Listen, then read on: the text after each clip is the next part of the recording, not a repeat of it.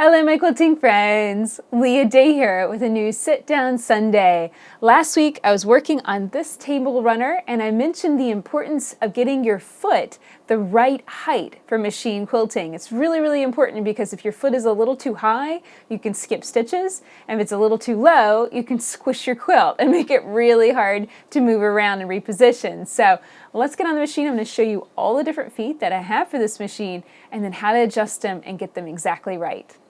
So here are the feet that I have for my Grace Qnique. I have a lot, and this is the one that the machine came with, and you can see it has kind of a low base, a little bit of a dip here, and this dip faces the front of the needle, so that would be this side of the machine, not the side that's facing me here when my machine is set up like a domestic. So this was pretty good. It had pretty good visibility, but of course I really love the open toe foot that I have on the machine right now because this is facing me. Really easy to see. But a couple other feet that you can get that'll certainly be helpful if the machine's set up in a frame or set up in a different style of table. This is an open toe foot, open that way, that direction. We've also got a smaller open toe foot, a little tighter around the needle. And then this is a ruler foot. It has a nice tall base and it's a 1/2 inch across, so you can use rulers and space things out real nicely, 1/4 inch apart. So those are the different feet that I have for my machine. Now let me show you how to get them adjusted well. So it works really well for quilting. And this is just my opinion as far as adjusting the foot and how I think that this should work. So I'm using, this is a hex wrench here. Now you need that to loosen and tighten the feet, and you want to just go on ahead and unscrew that completely in order to take it off. And so let's say I want to install my ruler foot onto the machine. Well, the first thing I'm going to do is just kind of generally get the foot in place. I'm just going to set it on here, and I'm just going to tighten up the screw, maybe 1 or 2 rotations just so it doesn't flop off, okay? And then I'm going to use the hand wheel to drop the needle into the down position. I grab onto my thread, and I'm going to drop my needle down into the lowest position. And what this is going to do is this is also going to drop the foot into the lowest position on the machine. So the foot hops up and down. This bar moves in time with the needle.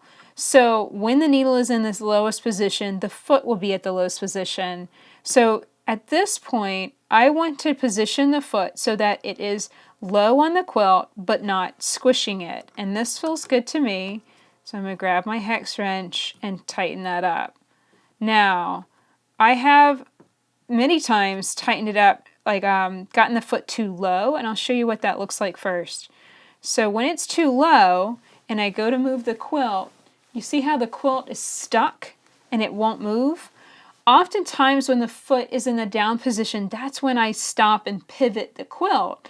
That means that I need the needle to be down, but the foot to be high enough that I can pivot it and it not cause a lot of distortion or wrinkles and stuff. So I'm going to loosen this slightly, and I'm going to raise it to the point where it is down low on the quilt, but I can still move the quilt underneath it. You see? That's a lot better. I think actually I could go up just a little bit higher. Another thing that I need to make sure of as I tighten this down is I want to make sure that my needle is in the dead center position. Okay? So, and that sometimes that just requires just a little bit of wiggling, making sure that that needle is in center position as I tighten that foot down completely. So now, let's say I'm quilting along, I can rotate, I can pivot that quilt. When I raise it to the highest position though, you can see the foot's not raising up too much. It's not going to be too distracting. This is something that a lot of people have been asking me about how a foot, that we can't stop the feet from hopping on a long arm. And that's impossible to stop a foot from hopping, but I haven't found it to be too distracting. And the reason is I've been very careful to adjust my foot like this, making sure that it goes down, doesn't squish the quilt, and then whenever it hops, it doesn't hop too much. So now let me show you how to adjust this open toe foot, which is pretty much the same process, but you really want to make sure to get this one right, because I have found with the open toe feet in particular if it's not adjusted right, it can really easily create skipping stitches. So I'm going to, again, drop the needle down into the lowest position, to the point where the needle's wanting to come back up again. I'm going to then kind of play around with the location of this foot. I have the screw in maybe about 2 turns, and I'm going to pull it all the way down and center up the needle in the middle of that foot. Then I'm going to lift it ever so slightly, so that way I know that I can pivot and turn the quilt without it getting stuck by the foot, by the height of that foot. So here I can just play around with that, rotate it around, make sure that's at a good height. That looks good to me. Then I tighten it down securely, and I know that that needle looks good. It's in center position, it's lined up. If you're wanting, like, let's say you're working with a really thick batting, I would do this adjustment again if you're working with a really thick puffy batting, because that's certainly going to change the height of the foot. Now, one thing, if you notice skipping stitches, that might be because you have adjusted your foot too high, and that can easily create skipping stitches or breaking thread. So really take your time with this. As you can see, there is a lot of adjustment here with all of these feet. You have a lot of space here. All of that space is adjustment space.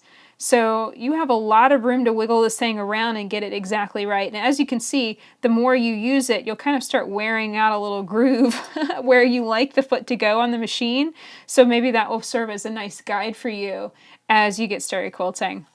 So that's it for this video. I really hope that you enjoyed learning more about the different feet that come with, actually they don't come with the Grace Qnique, but you can order them for the Grace Qnique machine, and then how to get them to the right height.